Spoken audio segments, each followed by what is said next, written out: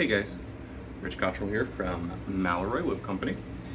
This is going to be the first time that I attempt to do this, but it'll be a fun experience, I think, for both of us. I am not a videographer by sorts in any means whatsoever, so my camera work may not be the greatest. The emphasis of this video is to walk you guys through a particular type of whip build that I have set for a customer, just to give you guys some ideas on how to approach the craft and different things. I'll state right off the bat that I am by no means a super seasoned whip maker, but at the end of the day, I think there's a lot of information that I can share with you guys that can get you started on this journey. Now, for starters, let's just face the simple truth, and that is that kangaroo whip making can seem very, very, very daunting at first. Everything from, you know, the price of hides and the feeling of the cost of materials that is needed, so forth and so on, seems like it can just go on forever, and before you know it, you're talking yourself out of doing something that you by all means are fully capable of doing. So for starters, I'm just like all of you.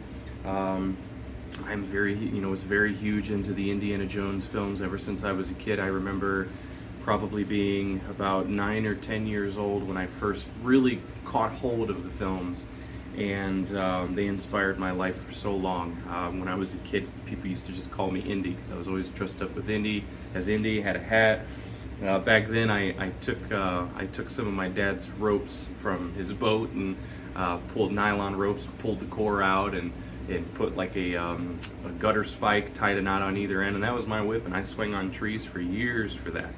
And in the meantime, I also went down to my local library and would rent just about every book that I possibly could, based on the premise of whips and whip making. So for years I dreamed of doing this, and it was something that I wanted to do, but like most of you, I grew up and kind of lost sight of it. You know, adulthood took over and other things like that. But about 4 years ago, maybe 5 years ago, I was in the market for another whip. I was thinking of getting a nylon whip. I had one in the past because the price of kangaroo bullwhips were so expensive, and that's so I was a little afraid to buy one, and I didn't really have the money. So I was actually looking at purchasing a whip from Nick Schrader, until somewhere down the line, I don't know, as throughout that process, I just kind of thought, no, you know, I've been wanting to do this for a long time. It's time to do this. So I purchased all the supplies and minimal tools that were needed to start making nylon whips, and spent a good year making nylon whips. I didn't really make a whole lot of money. I didn't really sell a whole lot. I was only really able to sell them if I dropped the price on them pretty substantially. But with that said, I had the plan from the get-up that I was going to get into leather whip making. I wanted to use nylon whip making as a segue, a place to understand basic whip construction before moving into cutting up leather material. So I'll never forget that first whip. I was so afraid of messing everything up. So let's just cover one thing. You're gonna mess up. That's that. You're gonna have failures. You're going to cut strands too wide. You're gonna cut them too thin. You're gonna break them in half. You're gonna cut them in half. I mean, let's go down the line. That's just what's gonna happen. Don't allow it, though, to stop you from getting into this craft. If you've been thinking and dreaming about wanting to do this craft, don't allow it to stop you, because at the end of the day, everybody goes through that. Everybody has failures. Everybody has whips that they don't like when they make them, and so forth and so on. But at the end of the day, the craft is rewarding. By all means, it's rewarding. So with that out of the way, I hope to present to you a very simple way of being able to show you how to approach the craft. There's a lot of videos out there surfacing, and those are all fantastic. There's a lot of techniques that I've picked up from different people, from different makers, both who have some videos out there, but also as well a lot of techniques. Majority of my techniques I picked up from building relationship with close mentors and people, whip makers that are just eager to share how they do this craft. So the whip that we are going to be making in this video, we are going to be making a 9-foot Zorro style, Anthony DeLongis style kind of bullwhip. Not really Anthony DeLongis. It's a 10-inch handle. We're going to do chrome splits on the inside. The guy who wants this whip he loves Terry Jacka, big Terry Jacka fan. And at first, originally, we were going to do a KOTCS whip for him, Jacka style, but he instead kind of thought, I already kind of have one from another maker, and I'd like something a little different. So that's what we're going to do. We're going to shoot for an in-between kind of, a diameter size. Not going to be too fat and too beefy, but it's also not going to be too skinny. With a little bit of a swell around that transition area, so he wants a mildly slimmer handle that swells in. So we're going to start with just basically discussing about some of the basic tools that you need. So for starters, trusty old knife. Now your knife can be anything that you use. They make great knives that you can use. This is predominantly what I use for the most part. The main reason is I like this metal guard here. It allows me to really be able to get a real fine point on there and be able to hold the blade. It also serves as a nice guard for my hands and for my fingers. You'll see as we go throughout this video, I don't like doing the leather wrap protection around my finger. This knife is perfect for that. It'd be a different story if I was having to cut like this. That wouldn't be good. But because I have that guard there, I can still get the fine tune of everything that I have, and I don't have to worry about it. So this is one of my favorite knives that I use. Just a simple snap knife that I got from Menards, Master Force, easy peasy, lemon squeezy. I keep the blades by either stropping it and or using my bench grinder to get them out. So you can use any type of carpet knife, any type of razor knife. I have a straight razor over here. I was even experimenting using with that, but for the same reason, not having that guard, I decided to opt out using that. But the straight razor works well. The other thing with the straight razor is that the way that the blade is crafted with such an intense concave on the blade, it kind of forces you to cut at an angle, which isn't really necessarily good. Some other knives that I have here, this is actually a scalpel set that I bought from Amazon for probably like 20 bucks or something like that. It came with three different scalpel handles and a whole slew of blades that you need. Now I went ahead and took some spare kangaroo lace and wrapped it real good so that it was a little bit more ergonomic. But I also use these a lot for resizing, making little cuts here and there, different things like that. But still not my favorite knife, mostly because again, we're not dealing with the guard that I have, and like I said, I typically choose not to do the wrap. In fact, the only one time that I cut my finger was when I had a leather wrap, and I believe it was because since I couldn't feel what was going on here, and I couldn't maintain how much pressure I was using, I believe that I was digging in more and more and more and more until eventually I dug through the leather and actually cut my finger. But since I've stopped using those, I haven't cut my finger. So any one of those knives can work. Something that you can use as a stropping board is a huge deal.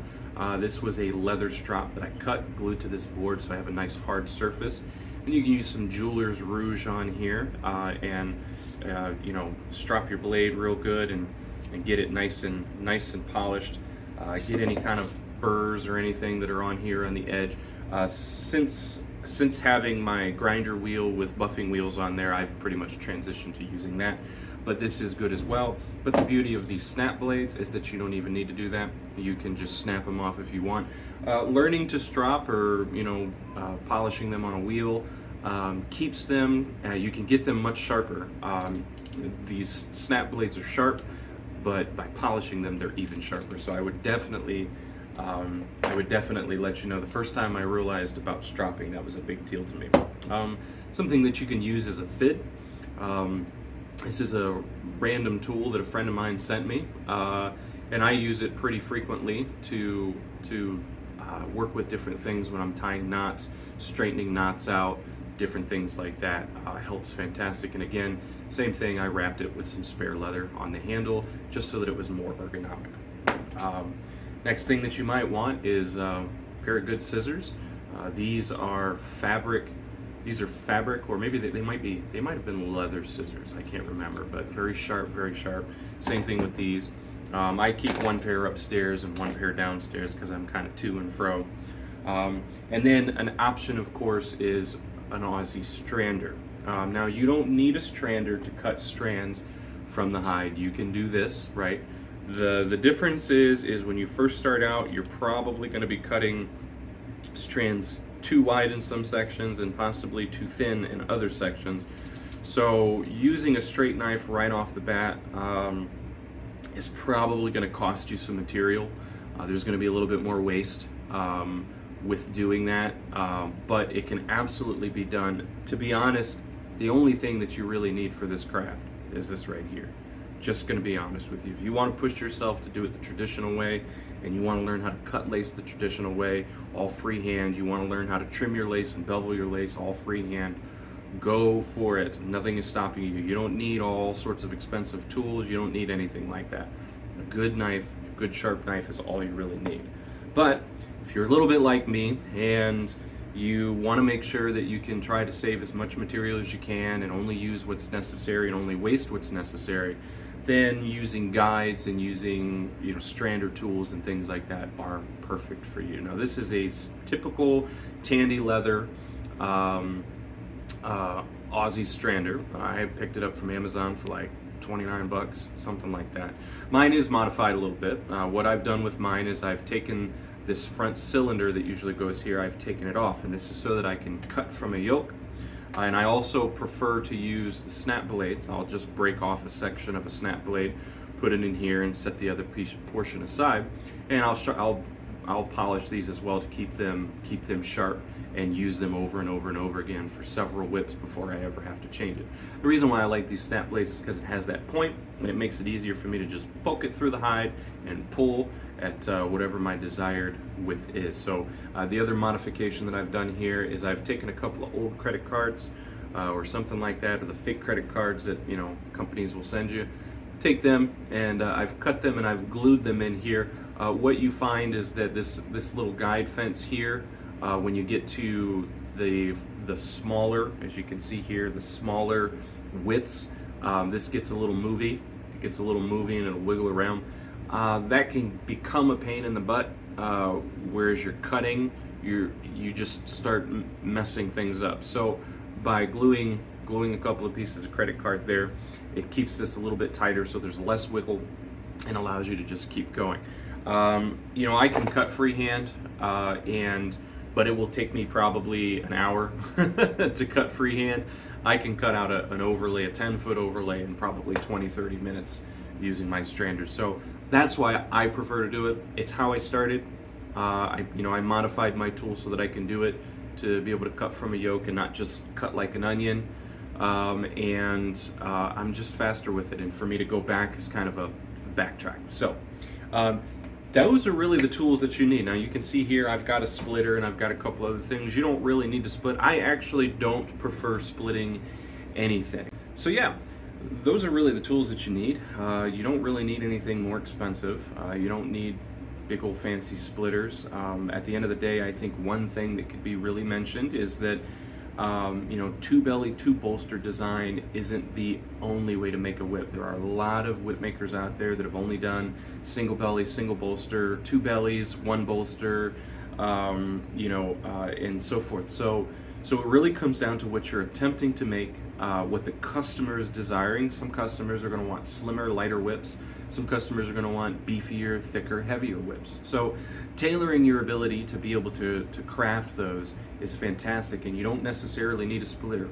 In a lot of ways, like I said, you can just leave one of the layers out.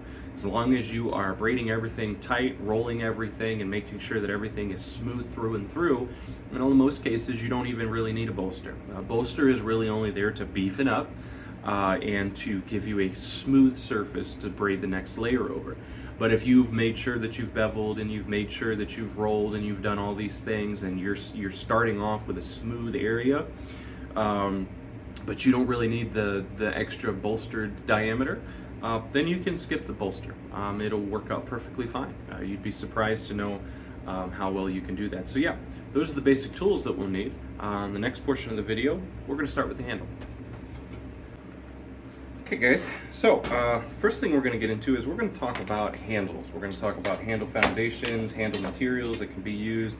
There's so many different things that you can use to make your whip handles with, to start the very foundation of your whip with. And it really comes down to, again, the type of build that you're doing, right? Now, so let's start with, for instance, with an Indiana Jones bullwhip. We know with an Indiana Jones bullwhip, tend to use a 8-inch steel spike. Now this is a very, very, very hefty piece.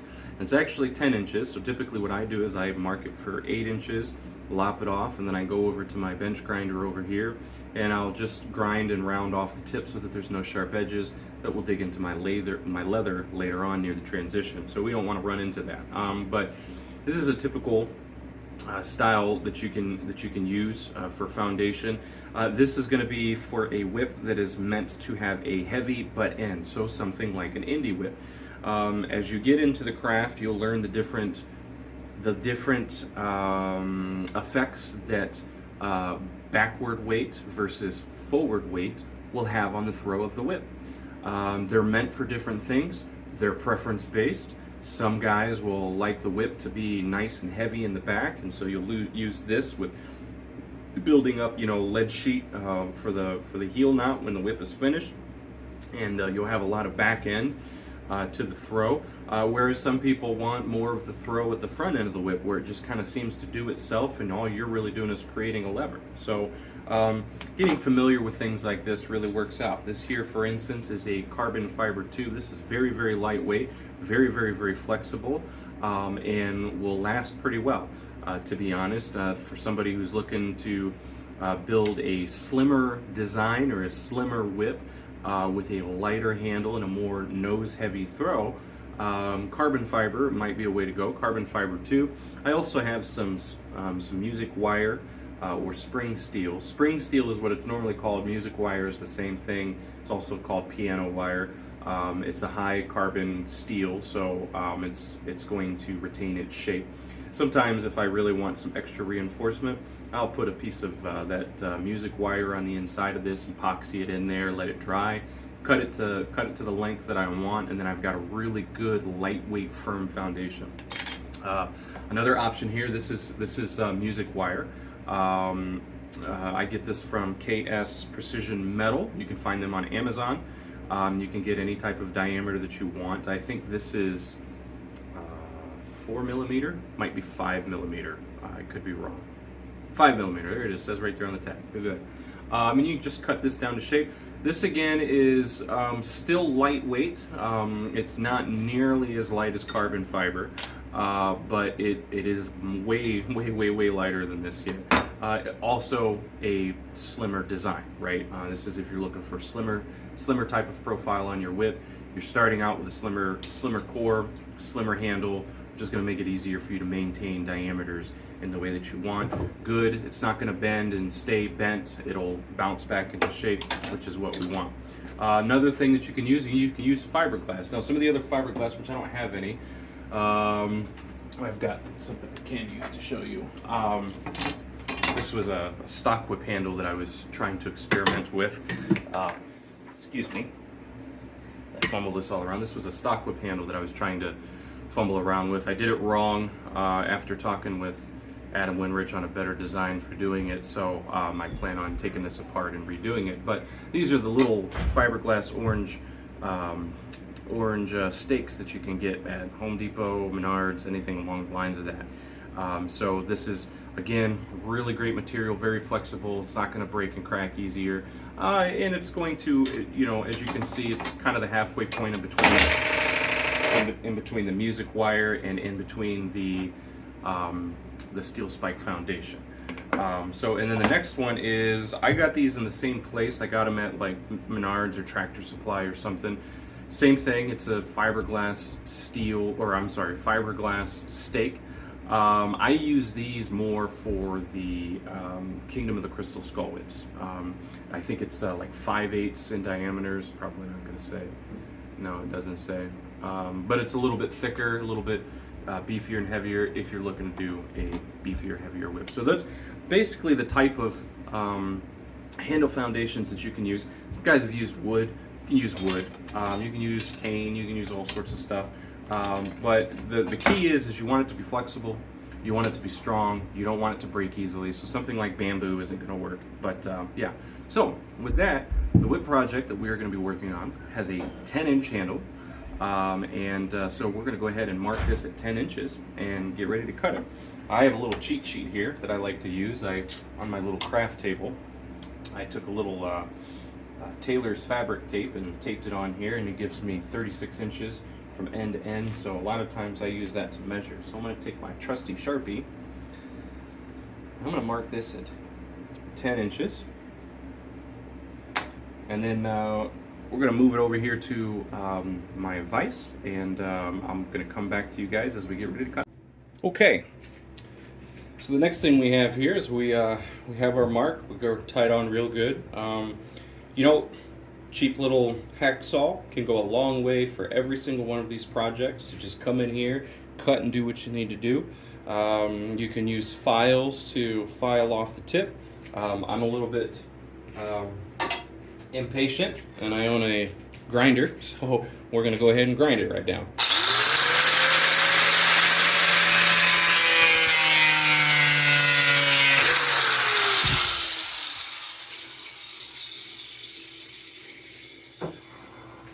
All right, and so here's what we wound up with. This is our 10-inch handle.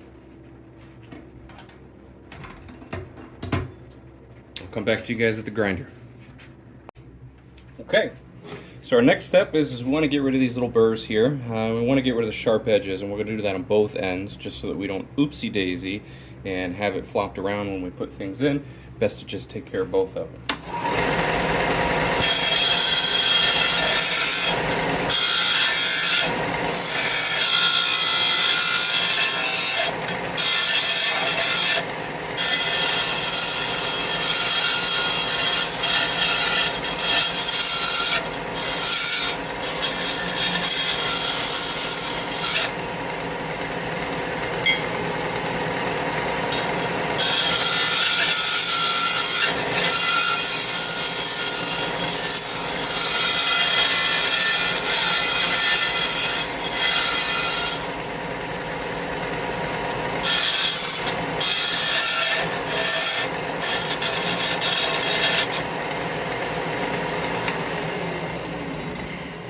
Alright, and as you see here, we went ahead and got both ends rounded off well, so we don't have to worry about anything grabbing a hold of our leather, cutting in, wearing in, or anything along the lines of that. So there's our handle foundation, and our next step is we're going to move over to cutting our core.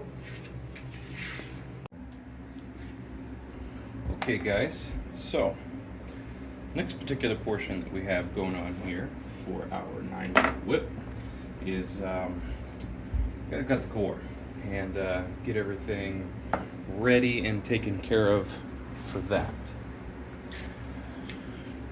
So typically there's a couple of ways, you can always there's a couple of ways that you can approach cutting the core, especially with a handle foundation this thin.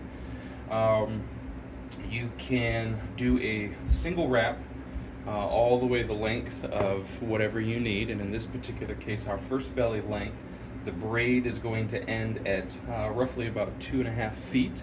Since it's a 9-foot whip, we want it to be 2.5 feet, and we want it to be 4.5 feet, and then we want the remainder to be done up to for the overlay to be 9 feet. So what we're going to do is we're going to put on here what we call a wear leather. The wear leather is basically going around the handle to slightly beefing up the handle and get the process of building layers started.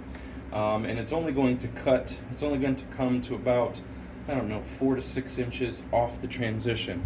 And then we're going to do the actual core, which we'll do that one after this. So first thing that I like to do is a little trick that I picked up from my days working in nylon. Shout out to Nick Schrader for this particular type of thing, but I like to take some athletic tape or hockey tape, whatever you want to call it, and do a quick little wrap around the handle here. This just gives us something to hold on to. And the reason why you want to do that is because if you don't, which I have had this happen in the past, luckily I've only had it happen once, but that's all it took, is that if you don't really get the handle, especially these different layers that are just wrapping around and being tied on, if you don't get it really down tight enough, then what happens is after the whole whip is built and you build on your foundation here, and like for me, when I build on my foundation, my knot foundations, I tend to drive a couple of nails all the way in so that everything's good. Well, what happens is then you kind of have a swivel that will happen in the whole handle a little bit. So it's good to make sure that we don't have that going on. So what we're going to do here is, it's a typical method that I'm sure many of you have seen, but we're basically just going to wrap this around until it meets the other end, and we're going to make a mark. That's going to give us a relative roundabout about where this needs to be cut, and we're going to go every couple inches, make another mark until we get to the end of the core, which in this case is the steel foundation.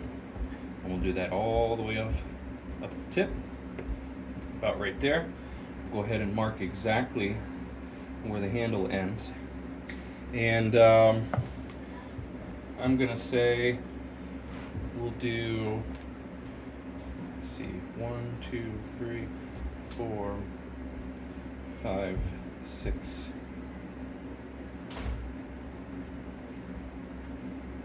1, 2, 3, 4, 5, 6. We'll do 6 inches.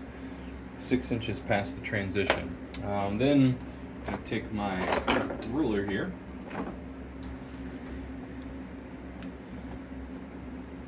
Just gonna kind of draw in this line here for the handle, and then we're gonna add in a taper from there, and that's it. That's what we're gonna cut. So from there, the easy part is to just grab a hold of the leather, cut a straight line. Now, working with chrome split, you're gonna find is very different from working with kangaroo, from working with cow, your standard veg tan cowhide, or anything along the lines of that, which, if you're familiar with the different types of leather, for one thing to keep in mind is that chrome tan leather tends to be a little bit more supple anyways, as it stands on its own, let alone having the top flesh layer peeled off, it gets even more supple. So you can see how supple this stuff is when working with it. It's actually very lovely feeling and very plush. You know, I can easily imagine that you've probably seen, you know, a blacksmith's apron or something like that, or some other type of cosplay, and some jackets made out of suede as well. Very nice stuff to work with. What I love most about it is that it's heavy. It's heavier than what you think it would be, and once you start greasing it up, it gets even heavier, which is what's really nice about it. And the other aspect that I like about it most, that I'm sure you guys have heard me say in other videos, is that once you braid everything on, once you start braiding it and rolling it and working with it, you wind up with a whip that's a little bit more supple, a little bit more giving. But in the meantime, when you braid on the kangaroo overlay, you have an extremely tight braid, but the whip itself has a little bit more of a flow to it, and it just makes for a really, really nice action. And that's all preference based. Some guys, like I said, some guys are going to like a stiffer whip, and if you like a stiffer whip, then we'll go with kangaroo or something, or even like kipskin bolsters and things like that, which is really thick, really stiff, and so forth, just to help facilitate the desire of what the customer wants. So, with that said, here is our first section. This is what we call the wear leather, and I'm going to grab my braiding soap.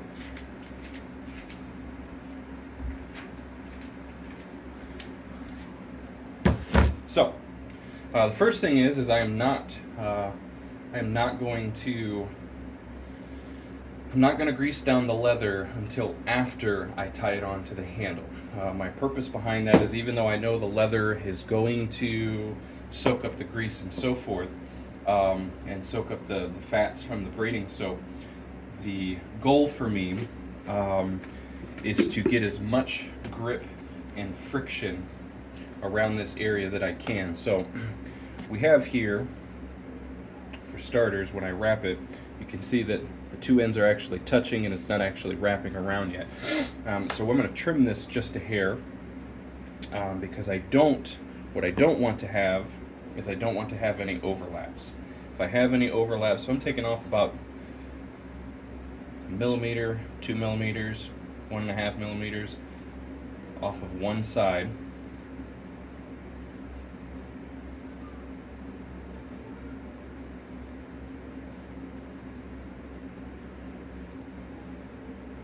I'm also going to straighten this edge out here. And we'll test it again. See how we are on the wrap. That's much better. Much better. Much better. Much better. Much better. Okay. So now, like I said, we're going to tie this on dry.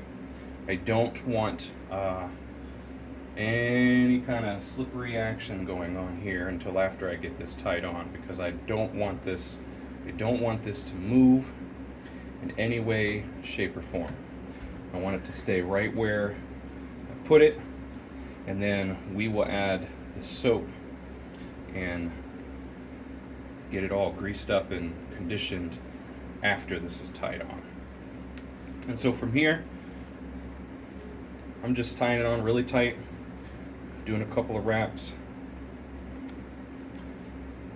We'll go down one and we'll go up one.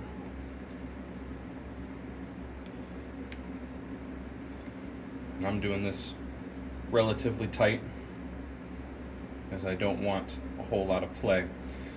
And I'll go down one, up one on every layer that we do. The next layer that we're going to build on top of this one will be the actual core.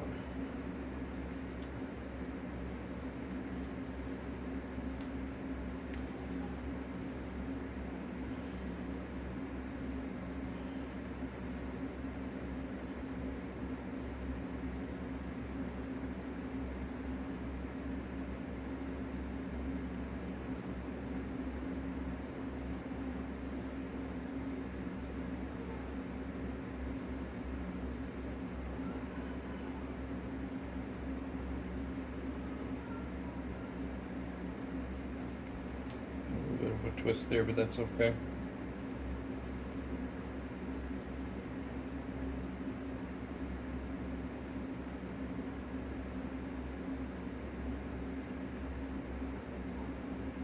All right,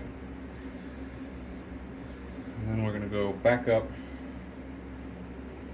and around.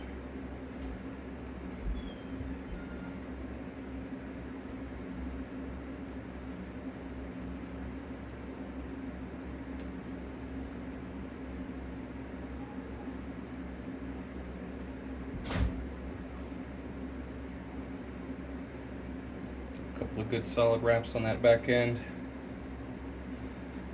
Create a loop, and then tie it off, just like that, and we'll snip. Okay,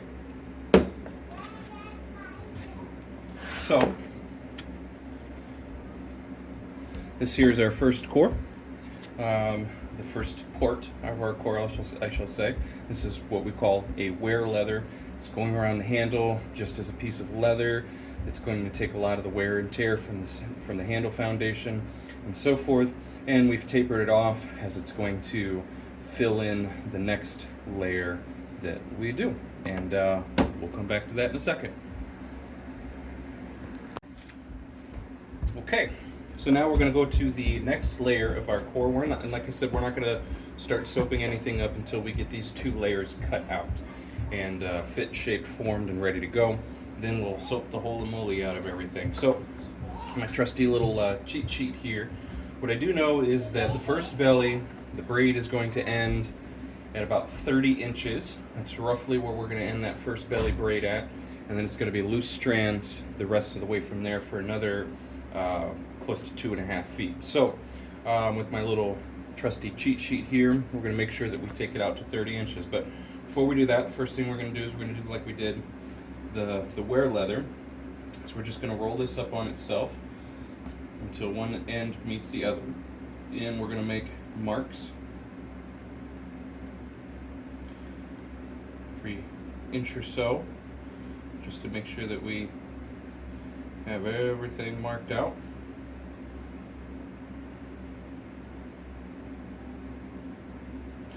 All the way to the end, and we will mark the 10-inch mark where the handle ends, and that's where we are. Now, I will say, this is an area right now that if you wanted to begin to create a swell at the transition of the whip, you could do that by, instead of having this core section cover the handle, you can have it to where you start it right here on that last inch of the handle to cover there and go up that way. So that way this portion here will remain exactly the same size as this, and then this portion will have a little swell.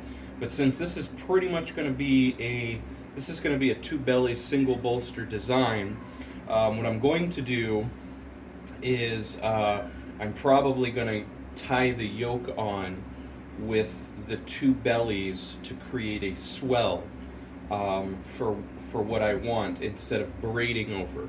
Instead of braiding over the handle, we will wrap the yoke around, cut that, and we will start the braid at the last half inch, or I'm sorry, at the last inch, and that's what will give us the swell towards the transition.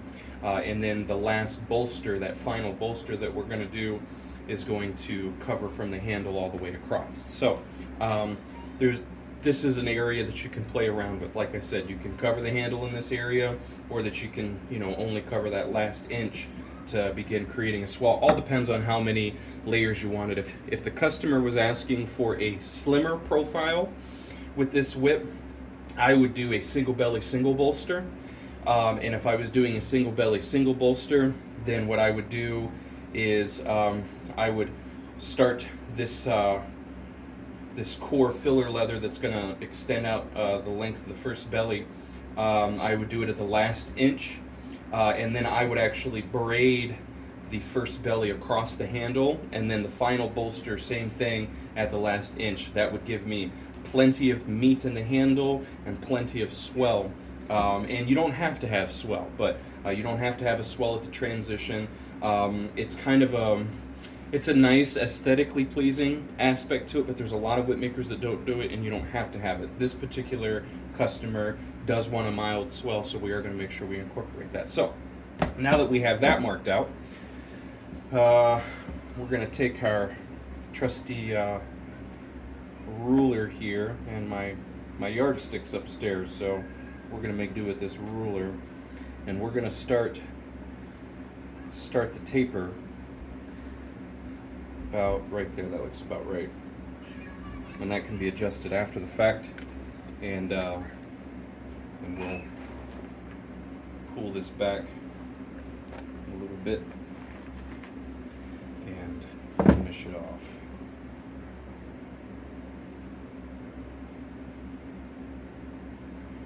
Just about like that right there. There we go. Okay. Same thing. We'll go ahead and start cutting this out.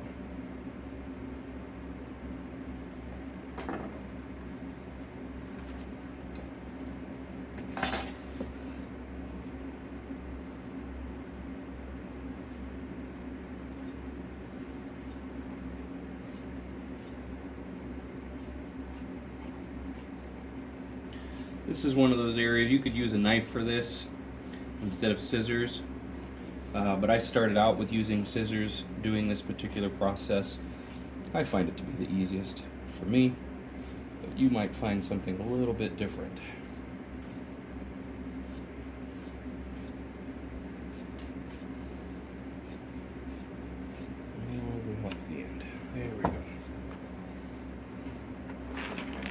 Okay, so we're all done with that.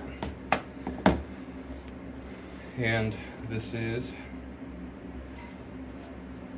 what we have right here. Now that's roughly the length that we need. It ends exactly right at 30 millimeter, or I'm sorry, at 30 inches, which is exactly where we wanted it to go. We're going to test to see how this fits. See if there's any edges that we need to cut off. Looks pretty good. It's okay if there's, as you're doing this process, if there's a slight mild overlayering, because when you wrap, you can make sure that when you wrap, you butt the two ends together. You might find that it'll bubble out on either side, but that's okay, because once you start braiding everything over top of it and tying everything over top, it's all going to smooth out and be perfectly fine. And I also, even with just these sections here, once both of these are tied on and greased up really well, I'm going to roll them. Roll, I believe heavily in rolling. Roll every single layer. You know, whether it's a braided layer or an unbraided layer, just roll it, because it's going to give you the smoothest, especially with this stuff. You'll find with this stuff that it's a huge thing. So now, we're going to soak this wear leather all the way up, full of grease, full braiding soap, grease here.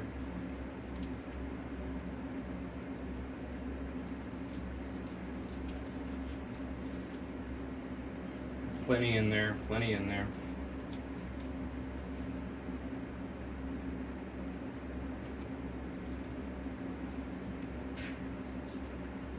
Good. And we're also going to take and start soaping this up on the inside as well. We're not going to worry about the outside a whole lot. Really just want to get the inside near that handle so that we can start tying that on. Your hands are going to get messy. It's always good to keep spare rags. I take some old t-shirts, cut them up, and use them as cleaning rags, and I just throw them in the washer. Or if your lovely wife, sometimes my lovely wife will download a couple of rags to me. So you can see here, this is mildly bigger than what we want, but that's okay, because we're going to butt the two ends together, as I said, and tie around. It's not a substantial amount. If it was a substantial amount, then we would go ahead and trim it. But to have a little bit of extra in there is okay, because it will help prevent from gaps. You know, having these slightly mild, what would you call them, protrusions there, bubbles, whatever you would say, little swelled areas, is nothing in comparison to if you have a gap. If you have a gap in here and it's cut too, it's not cut wide enough to completely fill, then that's going to, when you get into the braiding aspect, you could have a flat area there. It will affect the way that the whip looks. Not really as much as it will perform, but nonetheless, I'd rather have a little bit extra than a little too, a little too little, and then be fighting with that. Now, granted, if you ever do have a gap in your bolsters, which if we come across that with this particular video and this whip, I'll show you guys how to handle it. You can always fill the gap. There's nothing wrong with that. You can cut some scrap material out, fill the gap, and bind over it really well, and you won't even know it's there. And roll, of course, roll, and it'll be like you never had the problem. Now, this first particular wrap, I'm not getting as tight, but when we come up the second time,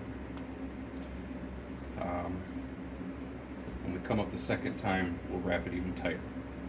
And of course, you can do this on a vise. A lot of times I'll do this particular stage on a vise.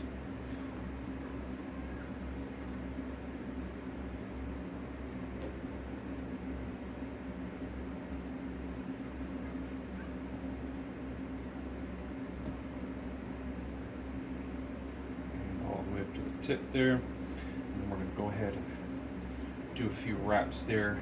Tip, pull that good and tight, and I'm gonna wrap nice and tight on the way back down.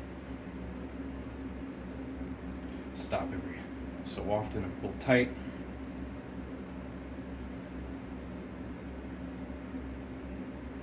And then we're gonna do a few wraps here at the end. Nice and tight. Pull nice and tight. And then create our loop.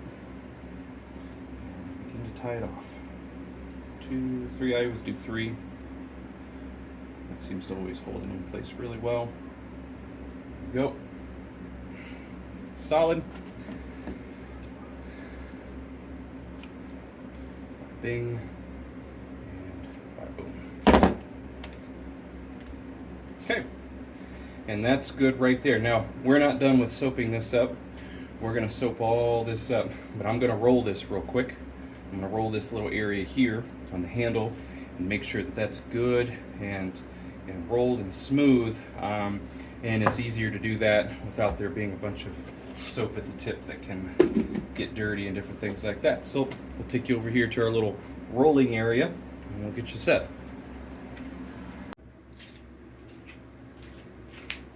All right, this is my little rolling section here. So what I have,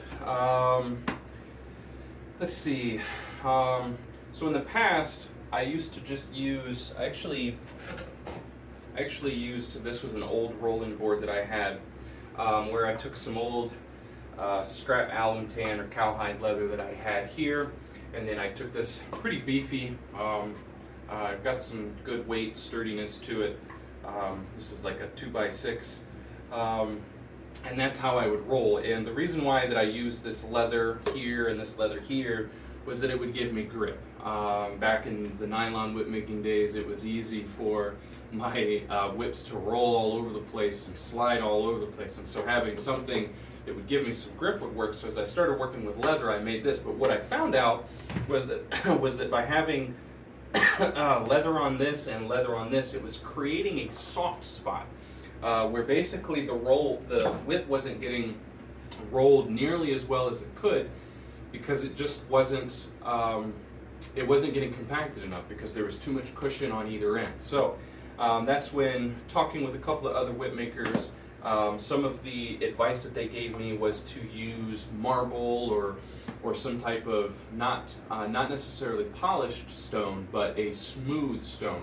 And so I was actually planning on going down to our local, tabletop marble, granite tabletop cutter, tombstone maker, and I was gonna get a big chunk. And then being a musician, I went down to our local music shop, and he was selling these hot plates that somebody had crafted and made, and I can't remember what the type of the stone is, but it's exactly what you're looking for. And he was selling them for like $4 a pop or like $5 a pop, and I'm like, I'm gonna go with that.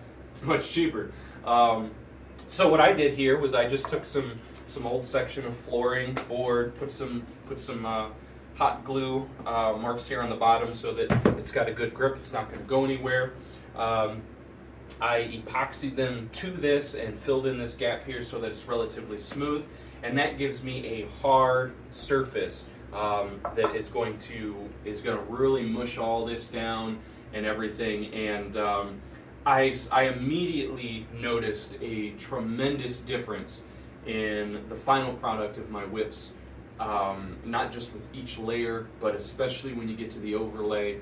My gosh, does it make a difference. It matters. Listen, what you guys roll with matters. So, and then this one here, so when I get to the overlay, I will actually do these two just like this on top. This is adding weight and stability to and the amount of pressure that I can push as I'm rolling, and especially with that final overlay, I really want to try to get it as smooth as I possibly can. But for this particular area, we don't need that yet, so we're just going to use this board.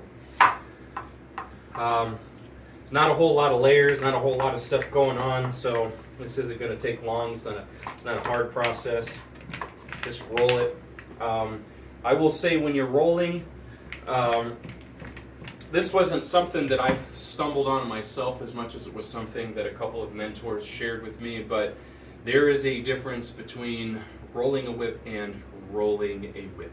That's why I made the change to these materials, and I put as much weight into it as I absolutely possibly can. There's times even with an overlay where I'll be dang near in a push-up position, pushing as hard as I absolutely can, and putting all my body weight on. So, but that's the best way to get, you want everything to be as smooth as you can, through and through, all the way through. So, this is what we ended up with, and you can see here we've got a nice smooth surface to work with. And from here, bring you guys back over here to the table.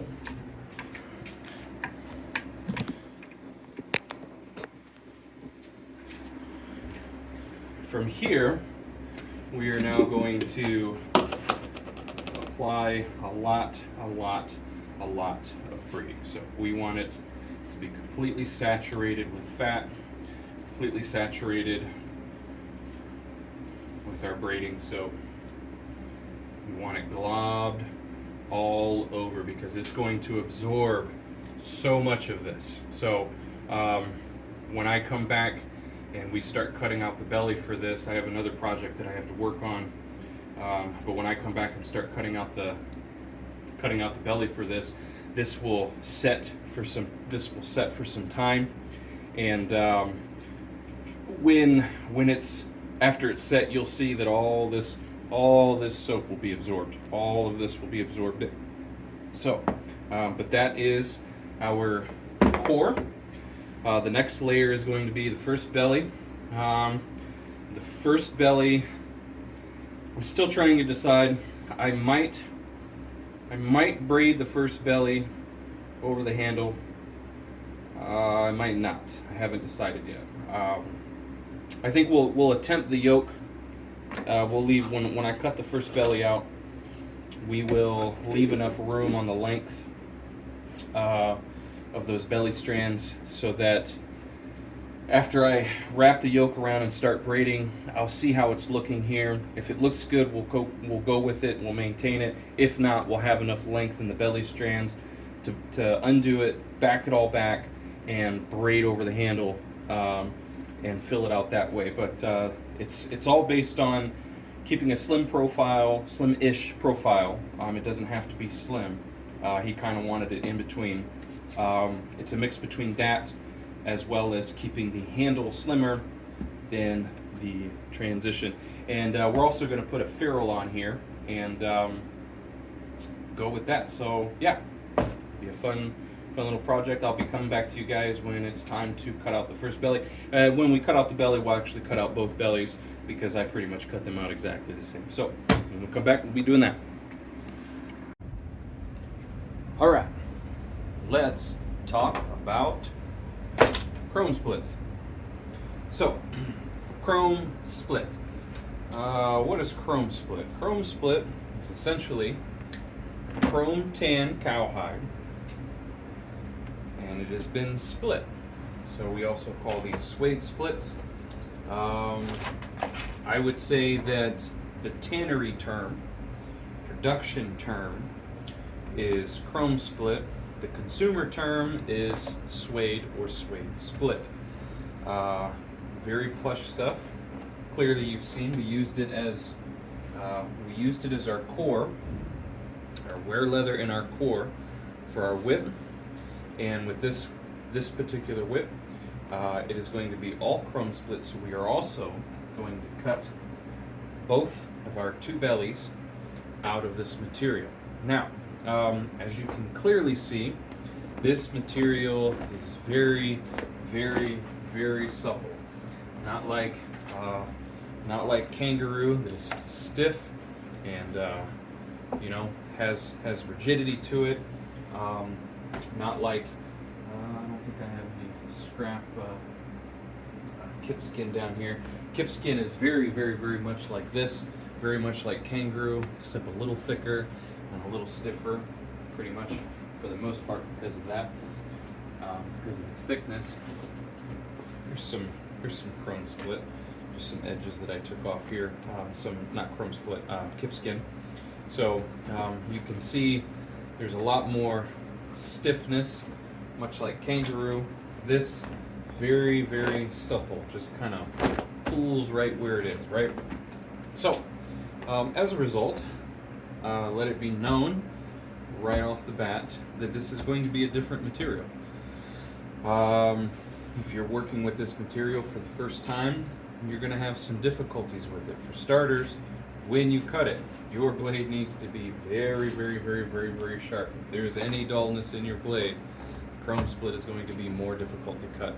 Plain and simple. Like most cowhide that you get, whether it's kip skin, whether it's cowhide, veg tan, whatever, you get these in sides. Now I've already pre-trimmed my sides. You get it as a side. You'll have straight edge.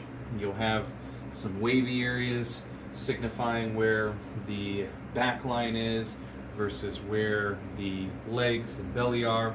I've trimmed off a good majority of all of it in preparation for cutting strands. Now if I was just cutting bolsters, I wouldn't worry too much about it because I would just use that back line, cut straight along. I have particular hides that I use for the bolsters, and I've got particular hides that I use for the strands, and so forth. Now you can get a lot of bellies. You can get a lot of bellies out of one particular hide. This hide can probably get me, oh gosh, probably 5 whips or so bellies, depending on the lengths of the bellies. So, with that being said, first thing that you want to do, like everything, including kangaroo, is you want to go through, you want to round off all of your corners in preparation for that. And you want to remove all the bits, all the legs and everything. Those are the weakest areas. Remove about 1 inch of the belly area. That's weak as well. One thing to keep in mind when it comes to braiding with chrome split is not kangaroo. Okay, it's not kangaroo. It's not going to behave like kangaroo. And yes, if you pull too hard, you risk breaking your strands, and that creates an entire problem all in its own. So I've learned when working with chrome split, as I've learned with the material, you want to make sure that you're not braiding very tightly. The emphasis of compression is going to happen to get the dense, hard core that you want. That is all going to happen when you get to the overlay and when you get to the individual rolling process of adding each layer. That's where your density is going to come from. It's all going to come at the very end. So, yeah. With that particular note, we are going to get started on cutting out our first belly, and we're going to find the best location here for the yoke. I think we'll start right here. We'll start on this side here. That's a good spot. All right, so this being our first belly, so I actually have 2 Aussie stranders. I had one break at one particular point in time. Let me grab the other one here. I had one break. When I say it broke, I goofed up. I did something wrong, and I messed up this little area here. So I had to order a new one, which was fine because now that's given me 2 different Aussie stranders. One Aussie strander is particularly set for when I'm cutting out my second bellies.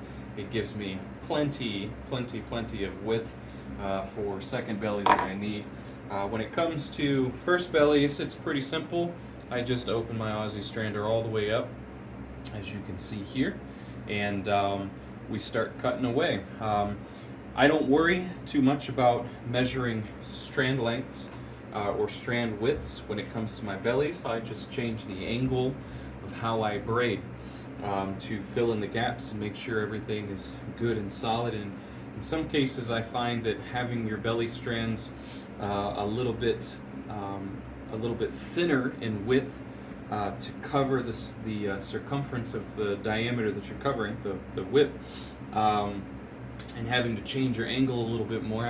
I kind of feel that that it does provide for slightly more tighter and dense braid, and it also adds to the flexibility of the whip because you have more points of flex per square inch as you go down, so forth and so on. So, with that being said, this is not veg tan, this is not kangaroo, this is really not going to stretch. So where we cut it at is pretty much going to be where we leave it at. The only difference is when we go to prep the lace and get it ready, I will trim it and trim it down to a nice taper so that it's uniform the way that it needs to go. So, but with that said, we're going to come up here and we are going to mark our belly or our yoke where it's going to be, and we'll cut any. We've got a little bit of a curve here. That's okay, because we will cut that curve out and make sure that it's nice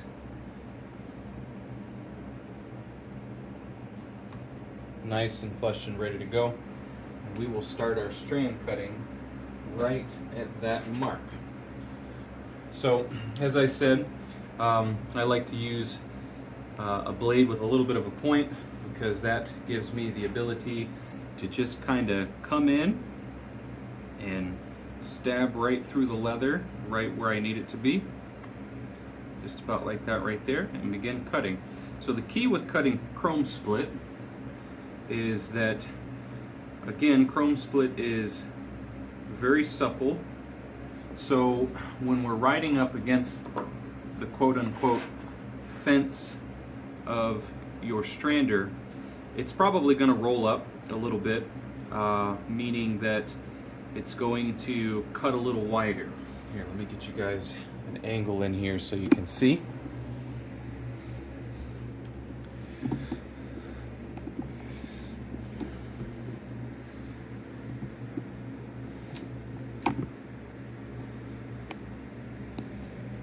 Remember, excuse my camera work, I am not a cameraman.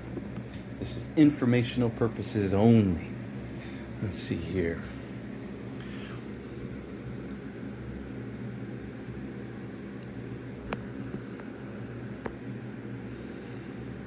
So again, as you see here, as we cut through, I'm holding pressure on top of the flat surface here, and I'm also consistently applying pressure, pulling outward away. I'm actually holding both this section and this section at the same time, creating even tension. And you can see here, it's rolling up on that fence, and it's actually cutting slightly larger than what my fence is allowing it to cut, or should be allowing it to cut. That's okay, because again, we're going to trim all this. That's about good right there. Back this up here again,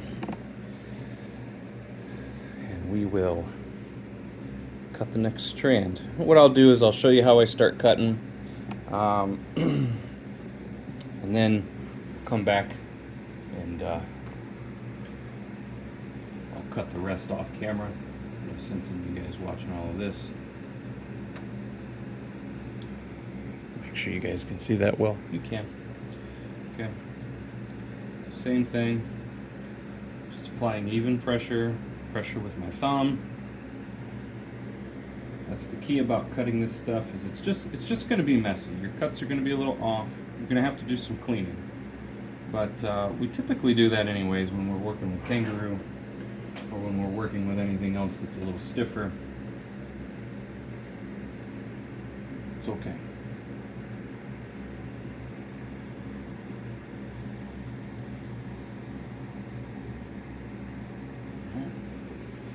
Cut the next strand. Next strand started here.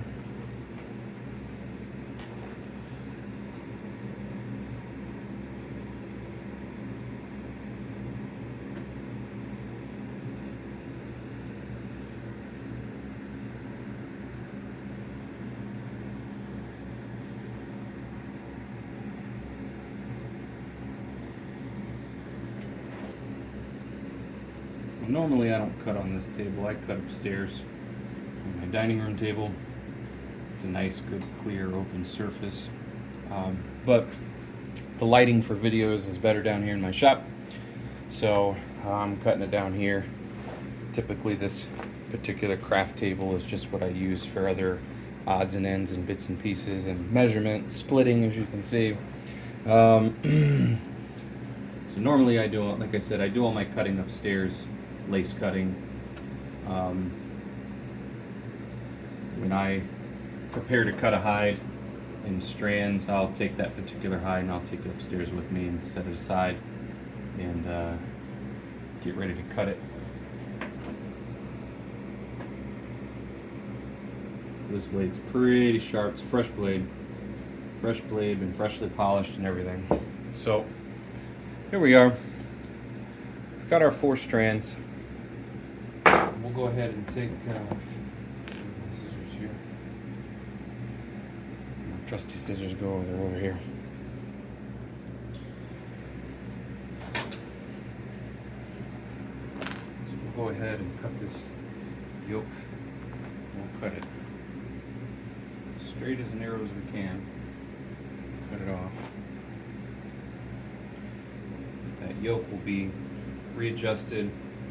I decided on this whip, because I wasn't sure if I was going to braid over the handle or not. I thought it might be better to leave the yoke for this first belly and maybe do braided over the second belly if that's if after this first belly I look at it and go, we can add some beef to the handle, then we can braid over the second belly. Mild gap there that we'll have to fill at the tail bit there, but the rest is excess and will need to be trimmed. Cool. So yes, so as you can see here, I'm going to cut the rest of this off camera. I don't know, maybe I'll do a time lapse, we'll see. This video is already getting kind of long. It's my first time, of course, but I'll cut the rest of it off camera. But pretty much the way that this is going to go, our handle foundation ends right here, pretty much where the binding ends. And so we want the braid to start about an inch before that, and that'll help facilitate the swell. So, and this is pretty much what we have. I guess I might not need to fill a gap there. I don't think so, no. Just need to trim it. So this is pretty much what we have, and we'll start the braid right here, just like that, as we go along. So I will come back to you guys after I cut out this belly. The big difference is I'm just going to size down my strander every couple of feet, every foot or so as I go. So we know that this is a 9-foot whip, right? So the halfway point of 9 is going to be 4.5 feet. So, and then the halfway point of 4.5 is going to be 2.25. So this first belly is going to braid over 2.25, 2.5 or 2.25 feet, which is the full length of what this core is. So we're going to braid, or we're going to cover the yoke here. We're going to braid across this here. So we're going to start tapering our strands even right now, and then we're going to carry out the rest in loose belly strands. So we'll go ahead, and what I'll do is I'll do 1, 2, 3 full turns, and I'll start the tapering process of each individual strand.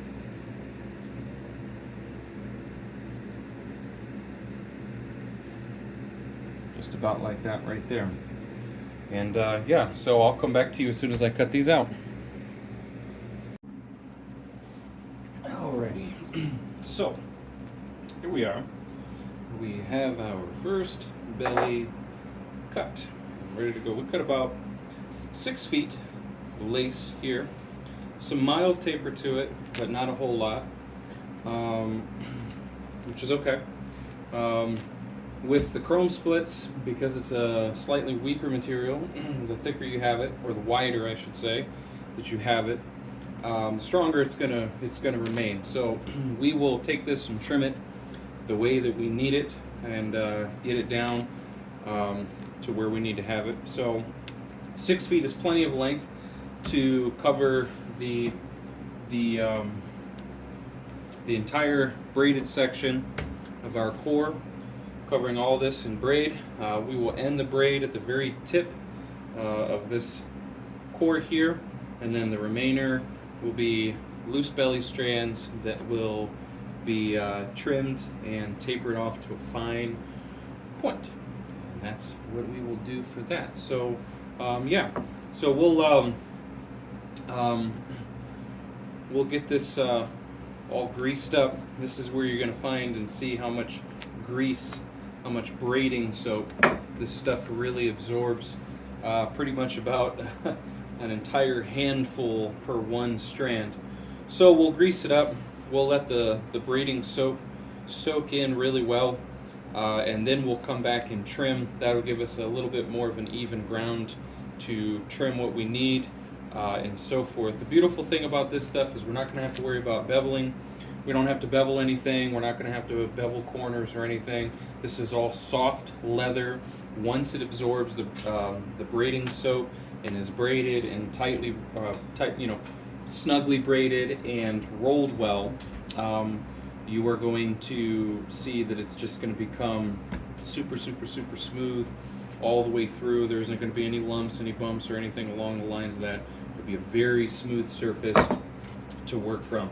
Once we cut this belly, or once we braid this belly on and roll it, we'll take a look at how I feel we're doing in the handle. We might braid over with the next handle. We might not. We'll see. We're going to skip a bolster. So we're going to do first braided belly, second braided belly, and then we're going to do the final bolster. So there might be plenty enough swell from these two bellies, starting the braid at that halfway mark there, or that last inch mark. There might be plenty enough braid to fill in that swell where I feel that the bolster, that final bolster, can cover the entirety of the handle, and that's what we'll do with that. So yeah, we'll come back when it's time to start braiding.